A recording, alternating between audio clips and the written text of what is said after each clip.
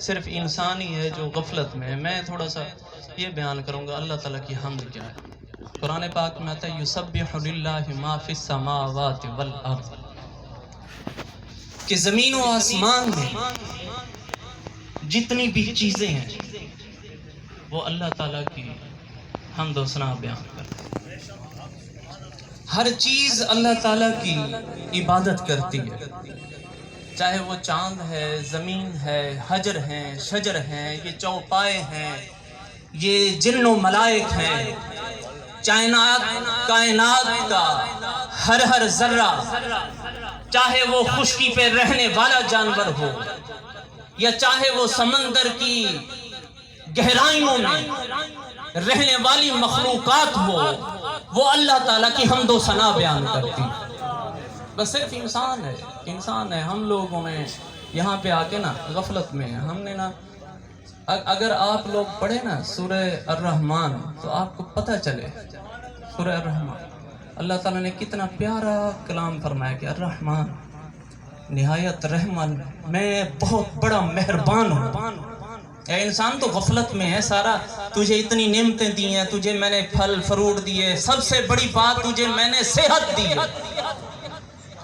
تجھے صحت دی ہے، پھر بھی تو میری بارگاہ میں نہیں آتا۔ الرحمن میں نہایت رحم فرمانے والا ہوں، پھر بھی میں تجھے عطا کرتا ہوں، میں رحم فرمانے والا ہوں۔ پھر فرمایا الرحمن علم القرآن، کہ میں نے تجھے قرآن سکھایا۔ خلق الانسان، میں نے تجھے بنایا۔ علمہ البیان، تجھے بولنا سکھایا، تجھے رزق کمانا سکھایا، تجھے دنیا میں آنا جانا سکھایا۔ اے انسان سب کچھ تجھے سکھایا، پھر بھی تو مجھ سے غافل ہے، کبھی تو آجا میری بارگاہ میں۔ سبحان اللہ۔ حضرت گرامی حضرت داؤد علیہ السلام، لحن داؤدی بڑی مشہور ہے۔ حضرت داؤد علیہ السلام حضرت پیغمبر گزرے، جب وہ عبادت کیا کرتے تھے۔ آج کل تو وہ نہیں رہا نا، ہم لوگ نہ قرآن سنتے نہ حدیث سنتے، ہمیں تو وہ آج کل وہ ماحول ہی نہیں رہ گیا۔ ورنہ آپ مصر کی طرف چلے جائیں، کہیں بھی چلے جائیں، لوگ قرآن بیٹھ کے پڑھتے ہیں۔ صبح جب ہوتی ہے، صبح کا آغاز قرآن کی تلاوت سے، نماز سے کرتے ہیں، پھر اپنے کام کاج پہ نکل جاتے ہیں، پھر اللہ تعالیٰ برکتیں ڈالتا ہے۔ حضرت داؤد علیہ السلام کے بارے میں آتا ہے کہ جب وہ کلام کیا کرتے تھے اور عبادت کیا کرتے تھے تو پرندے رک جایا کرتے تھے، ہوا ساکن ہو جایا کرتی تھی، اور حضرت داؤد علیہ السلام کا ذکر سنا کرتے تھے۔ تو ایک مرتبہ حضرت داؤد علیہ السلام نے ذکر کرتے کرتے ہوئے دعا کی کہ یا اللہ میں تیرے ذکر کا حق ادا نہیں کر سکتا۔ حضرت صاحب توجہ کریں، یہ باتیں ہیں کہ میں تیرے ذکر کا حق ادا نہیں کر سکتا۔ کیوں؟ میں جتنے بھی ساری رات سارا دن ہر لمحہ یا اللہ تیرا میں ذکر کروں، تو وہ بھی تو یہ جو سانسیں آ رہی ہیں، جو میں سانس لیتا ہوں اور پھر باہر نکالتا ہوں، جس سے میں ذکر کرتا ہوں، یا اللہ یہ بھی تو تیری عطا ہے نا۔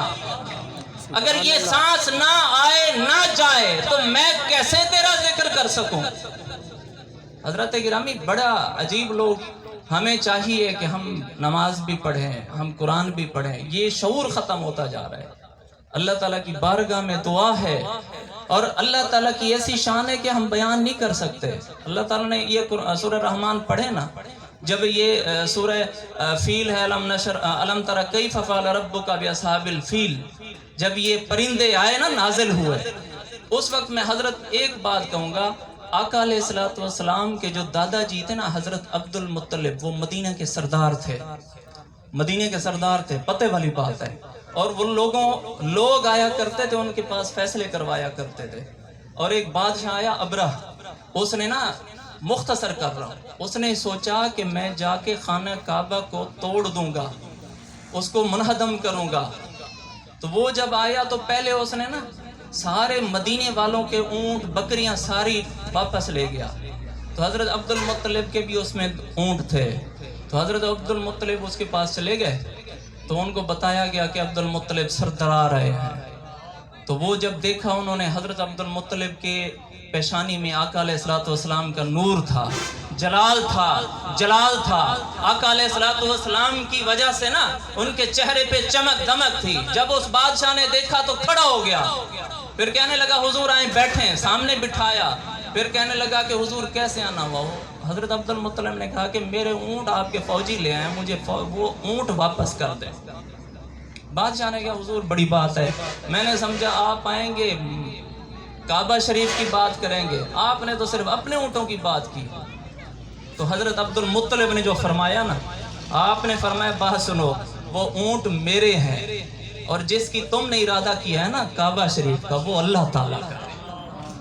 وہ کعبہ گھر جانے اور وہ اس کا گھر والا جانے، یہ میرے اونٹ ہیں۔ تو وہ لے کر چلے گئے۔ آخری بات کہوں، جب انہوں نے حملہ کیا نا، پھر حضرت عبد المطلب گئے خانہ کعبہ کی دیر و دیوار کے ساتھ لگ کے دعا کی، یا اللہ لاہم ان المرء یمنع رحلہ، کہ اے اللہ ہر انسان، ہر مرد اپنے گھر کی حفاظت کرتا ہے، تیرے گھر کی حفاظت ہم نہیں کر سکتے کہ بہت بڑا بادشاہ ہے، اتنی فوجیں ہیں، اتنا لشکر ہے، اس کی تو خود حفاظت فرما۔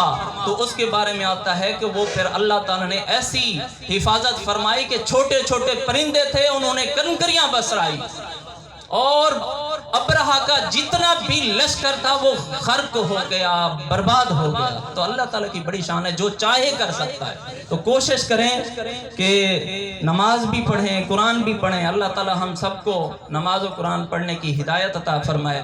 اب میں خطاب کے لیے دعوت پیش کرتا ہوں جناب پروفیسر، ہمارے PhD